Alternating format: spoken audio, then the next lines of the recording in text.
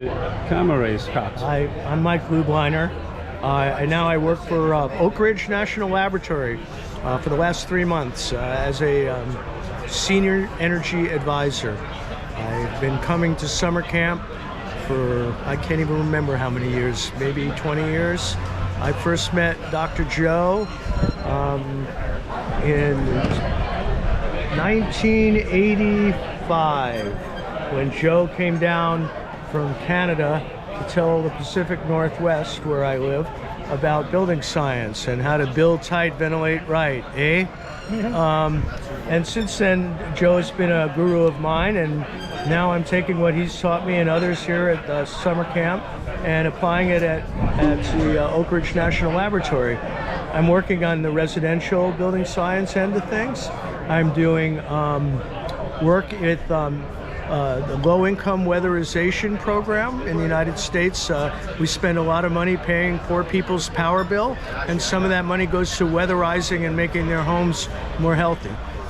In addition to that, we're doing some research on vermiculite insulation that is in some homes, and when there is asbestos in it, it's a health risk. And we're assessing when you depressurize a home to do an energy audit with a blower door or positive pressure, whether or not you're increasing the probability that you're exposing the workers or the occupants to asbestos that might be in this vermiculite. Those are 2 low-income projects that I'm working on.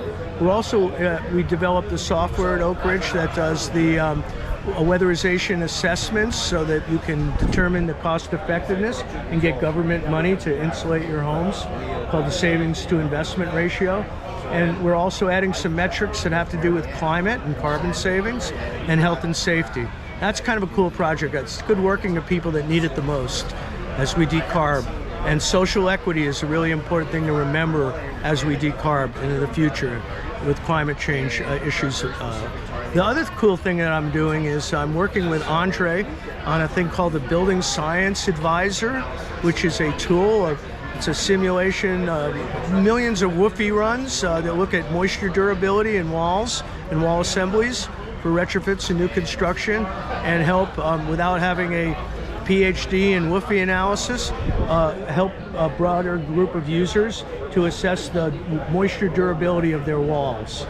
And then finally, I work with the factory-built housing industry in the United States, one very, very large manufacturer who makes probably 40,000 homes a year, and in many, many plants around the country, to build a more sustainable factory-built home. That's my gig. How long have you been doing it? 38 years. Before I worked at Oak Ridge, I worked for Washington State University energy program and did research, and I ran the energy code program there for the past 3 years.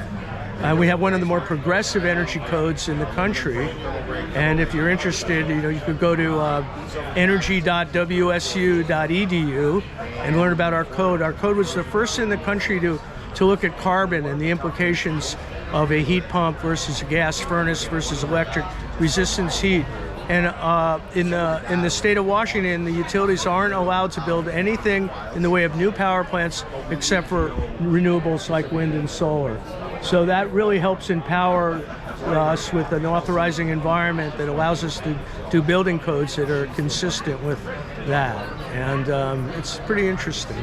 And in your lifetime for research, what is the prevailing, I would say, general topmost conclusion that you would like to convey to the other professionals? Well, with research, the more you know, the more you don't know.